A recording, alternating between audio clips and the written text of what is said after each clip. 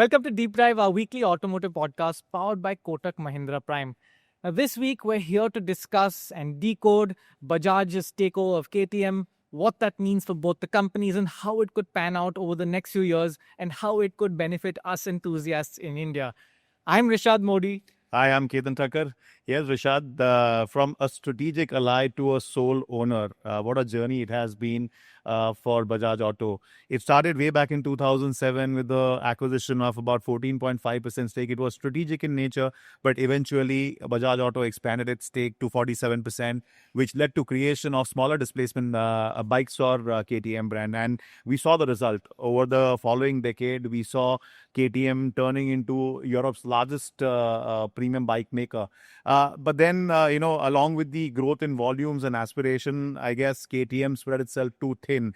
With time, we saw acquisition of brands like Husqvarna, GasGas, MV Agusta. The company got into e-bike brand, and post-COVID, when the e-bike bubble burst and there was significant stock at the dealership of KTM, the company was under tremendous stress. It's almost 3 lakh units of stock. That was quite insane. Sold, yeah. That was quite insane. And again, the company went to the bankruptcy court. Bajaj Auto, always been a trusted partner, always have played a strategic role as far as the future of KTM is concerned, was holding hands with them all through. And when the need came about, the company did pitch in with the 800 million euros of funding, a real lifeline that was needed to ensure that one of the successful brands in the last decade did not see the sunset, and clearly, the brand has done so much for Bajaj Auto over the years. It not only added to the bottom line of the company, but it added to the revenues. It made Bajaj Auto a capable global premium motorcycle manufacturer. We've seen over a period of time, Bajaj Auto actually manufacturing over 100,000 KTM motorcycles in India and getting them shipped to all over the world. So clearly, this is like a major landmark event, I would say, given the fact that this is the first major European bike brand being acquired by an Indian automaker. Yes, we've seen Norton brand being acquired by TVS Motor Company, but it's more historic and small volume. This is a large brand, and it was doing phenomenally well in the last decade. And there was so much that both Bajaj and KTM did together. One was waiting to see the next big leap coming from KTM, but I guess the brand stretched itself into too many different areas and found itself napping. And thankfully, Bajaj Auto's come in, and now it's time for Bajaj Auto, the Indian owner of the European bike brand, to kind of first get house in order, restructure the operation, and take the brand to the next level, Rishaad. No, I think it's interesting, Ketan, and I may be wrong here, but the way I see this is that if you would ask anyone, probably from both the companies as well, if Bajaj would end up owning KTM in 2025, and you ask them this in 2023, no one would have imagined that this would be the case. And that's why I feel like this has happened for Bajaj more out of necessity than wanting to do it.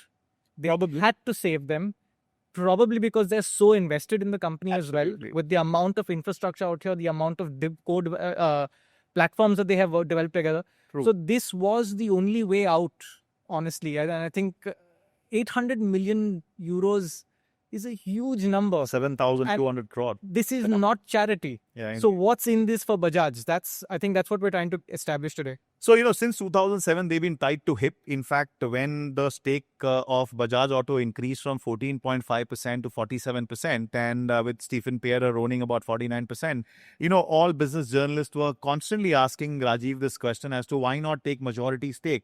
But that was the beauty of Rajiv. He gave autonomy and comfort to the owner, and he let Stephen Pierre run the organization. And even now in the new structure as well. Sorry, I have to interrupt you here. Yeah. Do you think there's regret from that previous decision of giving autonomy to someone and letting them run the show when it ended up the way it did?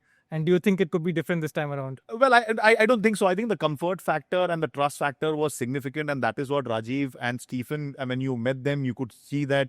And similar is the equation when you look at Rajiv and Nick Blower at Triumph. The comfort level is just phenomenal.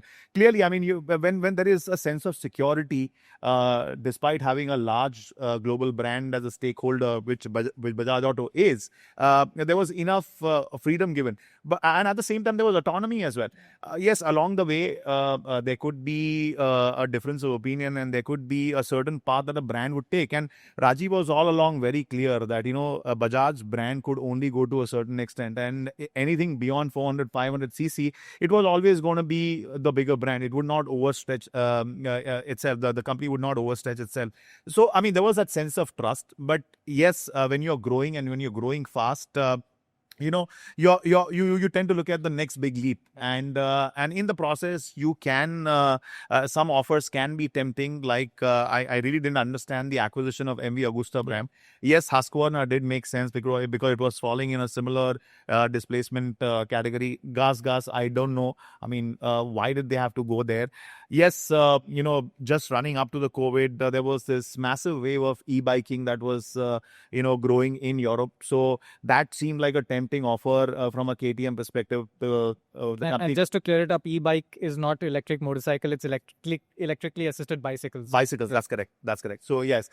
So I mean, I think what happened in the last around COVID, that the KTM had spread itself too thin. It got into too many different things, and whatever we've heard from the top management, speaking to the media as well as to the investor fraternity, that there is this urgent need to ensure that the KTM goes back to its core. Right. There is a need to sharpen the focus, probably, wean away things that are not needed. MV Agusta was sold at a cheap price.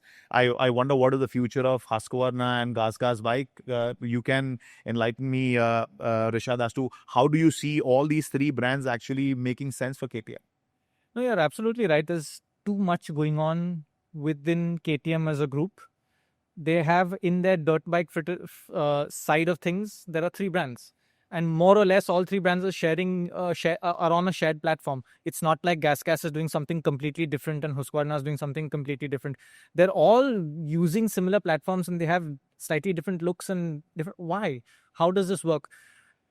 This is going to be thinned out. How it's going to be thinned out, I don't know. Maybe one of these brands can take the electric direction. Maybe Husqvarna could become electric. I don't know, but sacrifices have to be made in terms of tightening up this whole portfolio. And perhaps the same thing extends to KTM as well. Right now, we are in a very quiet sort of period where things are running as they would. In fact, there was a time when I was wondering what would happen to KTM's MotoGP project. It's huge. I think it's 100+ million euro investment every year. And this is from a company that is now owned by a company that has nothing to do with, no interest in racing. Right. Bajaj very recently in India has started some initiatives in racing with KTM as a KTM brand activity. And it's great that they're doing that. But Bajaj has never spent money on racing. And here you've got just MotoGP alone accounting for that much. And then KTM's massive presence in off-road racing, which is from everything from grassroots motocross to World Championship Enduro, World Championship Hard Enduro, Supercross, Motocross, and Dakar. Wow. They're everywhere. So does that get thinned down? Maybe to some extent, but at the same time, this is KTM's core. Yeah. This ready to race, that is KTM's brand ideology. So Bajaj cannot take that all away. And they're smarter enough that they wouldn't. But I see that there should be some sort of consolidation happening across these activities. Nothing has been done in a rush. Yeah. In fact, KTM very recently teased the development of their new 850cc MotoGP engine, which comes out in 2027. That's an optimistic thing to share on social media, right? It says, like, look, we're here for the long run. These are Gives good an things. indication that it is going to stick to its brand DNA. These are good things to see, but it costs money as well. It costs a lot of money, and does this money get seen by Bajaj as a good expense?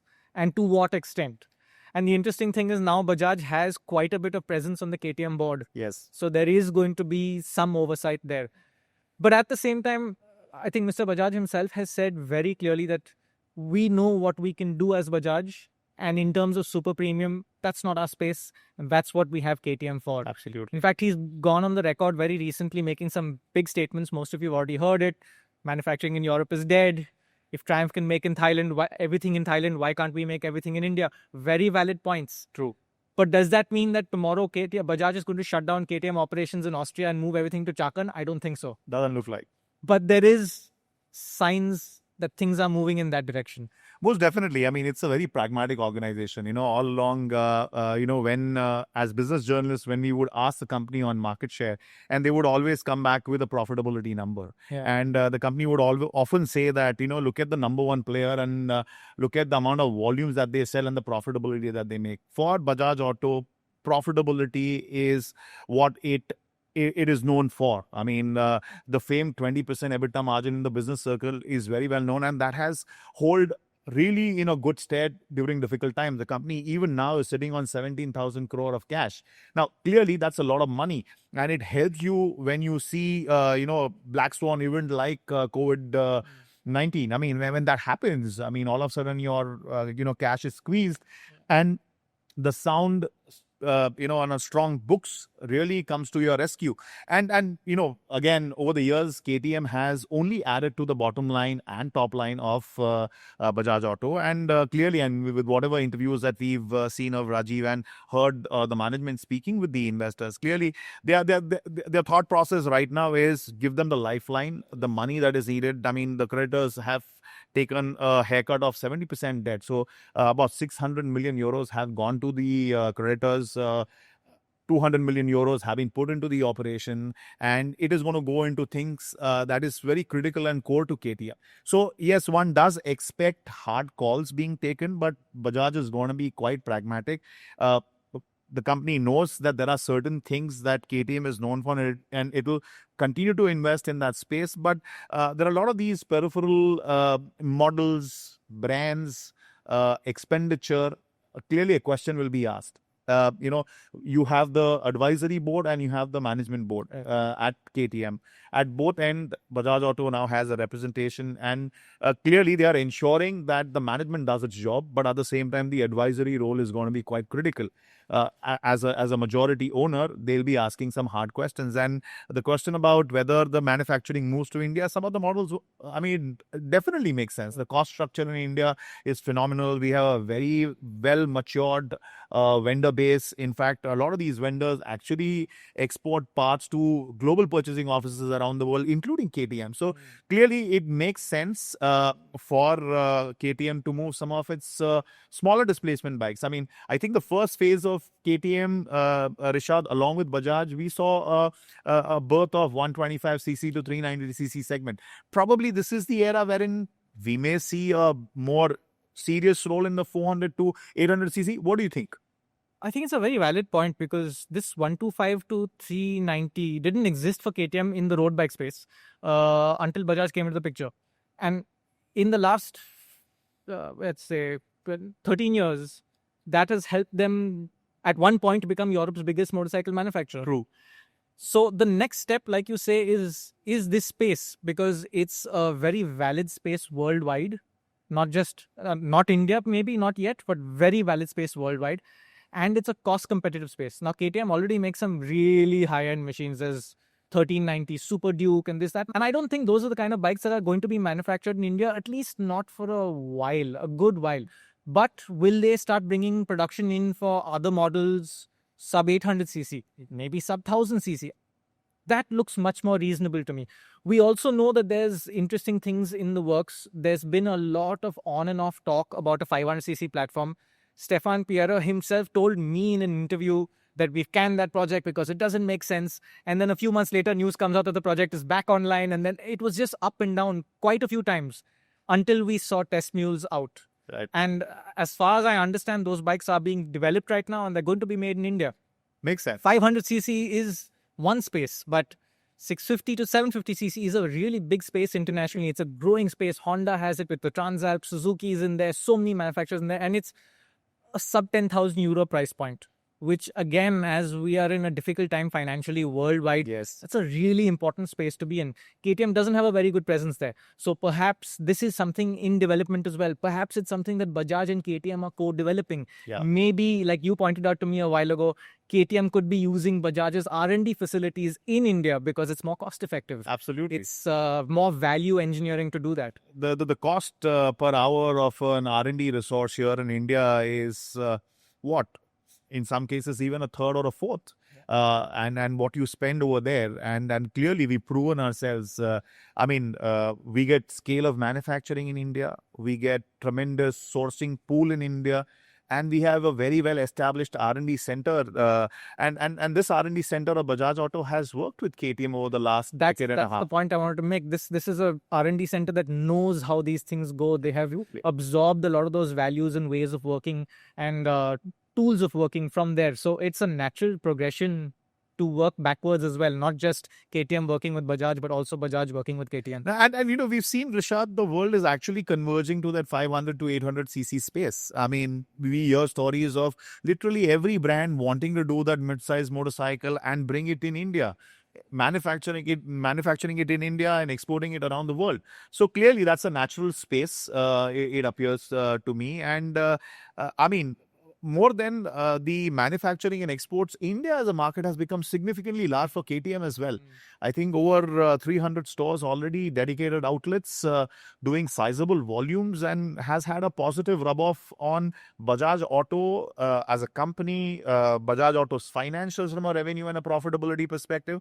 And if we were to see mid-size displacement bikes coming in, it will further expand the space. Sure. We've heard of the twin cylinder that Bajaj Auto itself is working on. So clearly, Bajaj Auto was probably the only motorcycle maker that staked its claim to get into the premium end of the market. And ever since Rajiv Bajaj has taken charge, year after year, almost a couple of decades into his leadership, we have seen Bajaj Auto actually raising the bar on premiumness. And clearly, the company is not resting. It wants to go further. And hence, revival of KTM becomes all the more critical.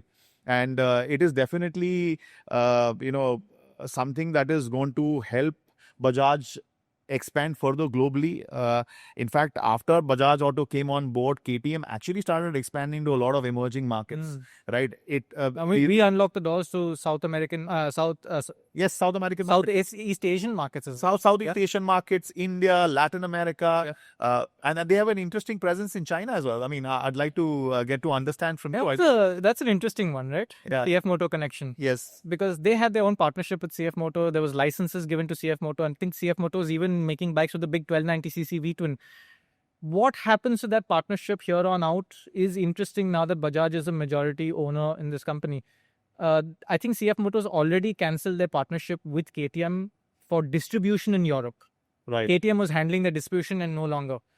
So how does this go out? Because there are some co-developed bikes. CF Motors doing some manufacturing for KTM, I think, on the 790 platform. In China? In China, yeah. And they were exporting those bikes across the world, 790 Duke and 790 Adventure. How that plays out is something I'm interested in seeing. I think it makes sense for KTM or Bajaj to continue to have that partnership with the Chinese market. You actually need a strong local brand, and CF Moto is making waves globally. Yeah. Interestingly, we know that CF Moto is helping Royal Enfield with its smaller displacement motorcycle. It'll be interesting. There may be some competition clause there. I don't know. But of course, these things are done at an arm's length basis.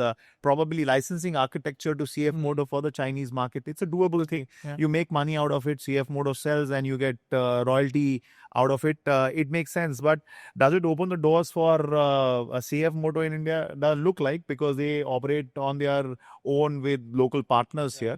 But that's an interesting one. At least that way KTM has presence in the Chinese market. So clearly, ever since Bajaj has come on board, KTM has become global, and it has further helped Bajaj to become a global brand.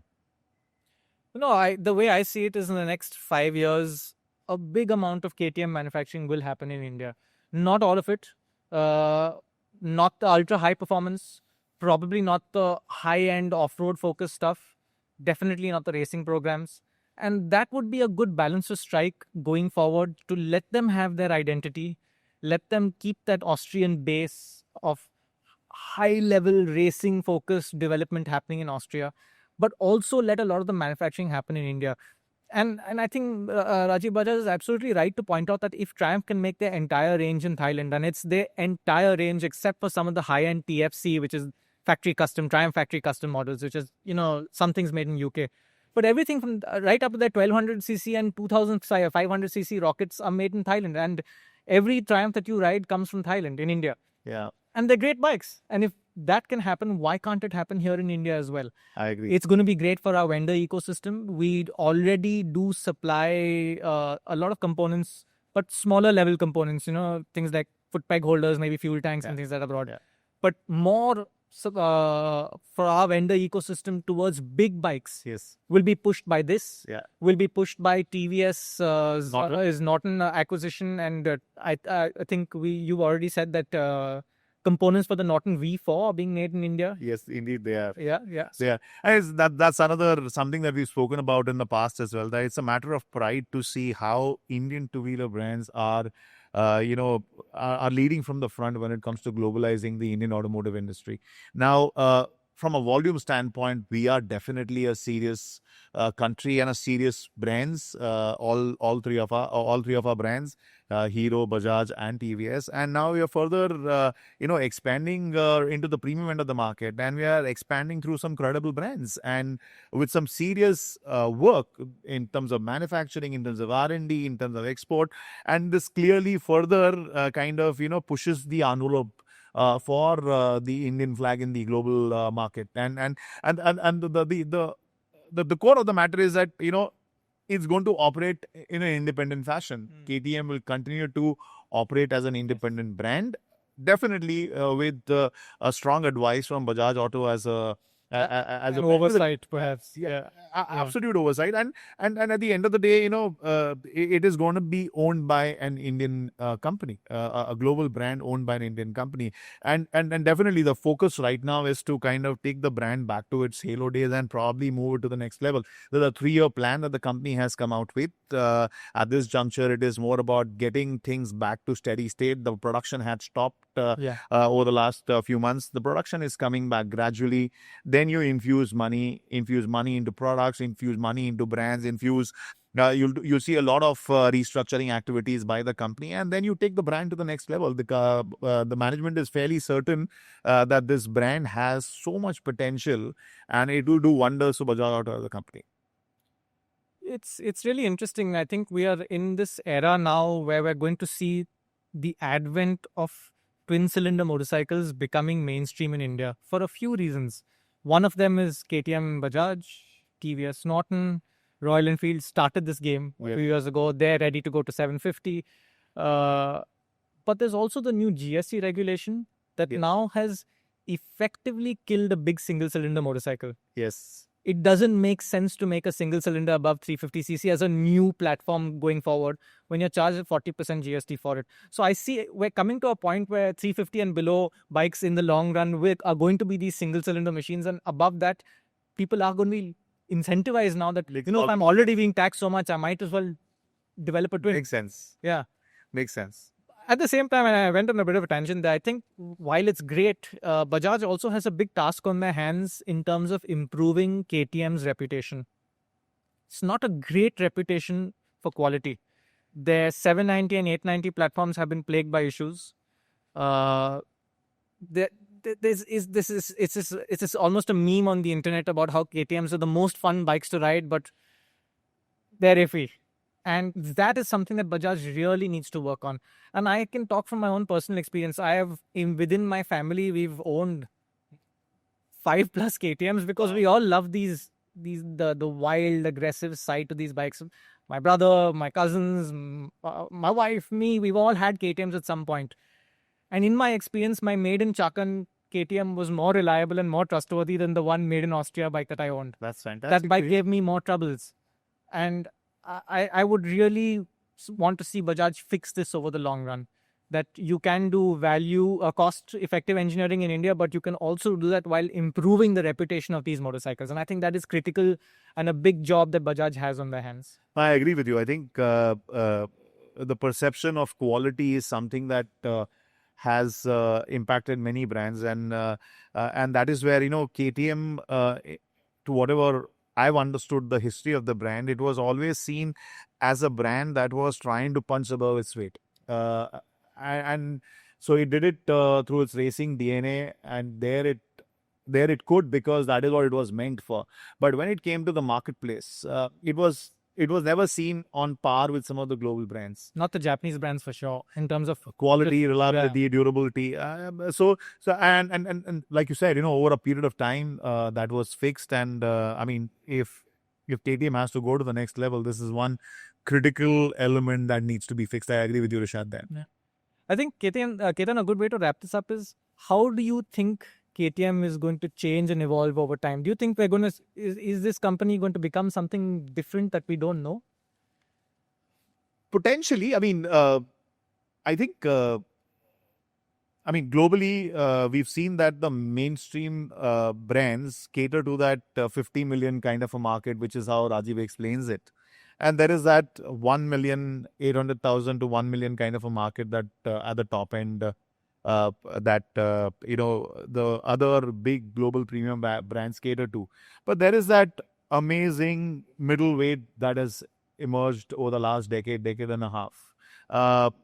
And that is one area where I can see literally every brand globally wanting to get into that space.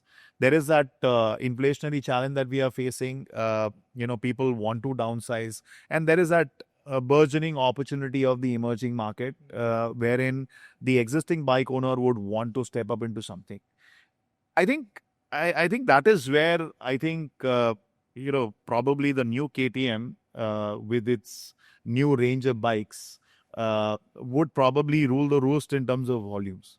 And like you mentioned, the brand would have to continue to invest on its racing DNA. Remains to be seen as to how Bajaj Auto's intention towards that will be. But I do see that that 400 to 800 is going to become like the meat of the global motorcycle market, and India leading from the front. And with more and more manufacturing moving to India, you'll see more variety of motorcycles being made. And that is where I think probably the convergence may happen from emerging markets, from smaller displacement to mid-size, from evolved markets, from large bikes to more pragmatic, practical, daily usage bikes. That is easy on the wallet, yet delivers on the autobahn. Yeah, I think Bajaj is far too smart to not understand what makes KTM KTM. They will do their best to preserve that. But I also see that they cannot ignore the potential KTM has to allow them to get into this 400 to 900,000 cc space that they can't do themselves. Absolutely. Whether in India or abroad. And I think that is going to be a big focus, because that is how you make up for all this lost profitability over time. That is how you turn things around. That is how you make a leaner, meaner company. And I just hope that they allow KTM to continue with the madness in the products, but while finding business sense in how they run the business. And that is something that Bajaj Auto is great at. I mean, they've always taken hard calls. Bottom line over bravado, I mean, clearly, if it's not making sense, they've pulled the plug on brands, they pulled the plug on products. It has to make business sense.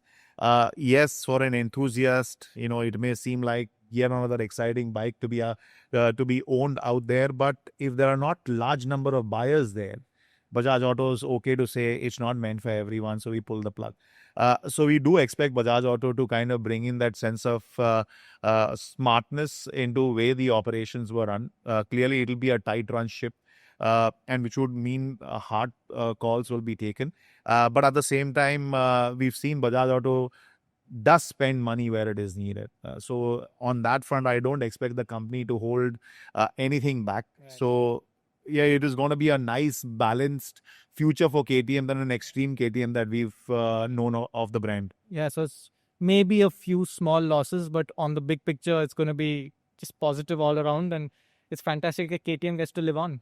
Absolutely, there, Rishaad. And it's whenever I see an Indian OEM, racing at the world stage and bringing in the depth and the pragmatism that is that is needed, given the fact that the world is going through increased volatility, and to survive in today's difficult, volatile times, I think the the Indian core values of pragmatism, of balanced approach, shines through. And I think it's going to be yet another jewel in the crown of an Indian OEM here. Awesome. I think that's a good note for us to wrap it up. KTM has been given an invaluable lifeline, and it will result in many wonderful things for us all to look forward to. As always, the Deep Drive podcast will be back next week, Saturday at 11 a.m. And if you just want to listen to it, we're also on Spotify and Apple Music.